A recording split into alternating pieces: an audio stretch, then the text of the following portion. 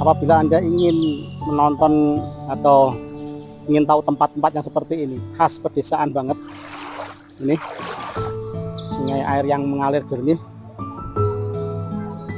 tetap ada di channel Tukang Ngomong ya. Ini salah satu tempat yang disinggahi oleh Kirim Gambale. Tempat seperti ini untuk mandi ciblon luar biasa bagus. Oke, kalau Anda ingin tahu tempat-tempat yang lain yang sudah disinggahi oleh Kirim Gambale, ikuti terus channelnya, channel Tukang Ngomong.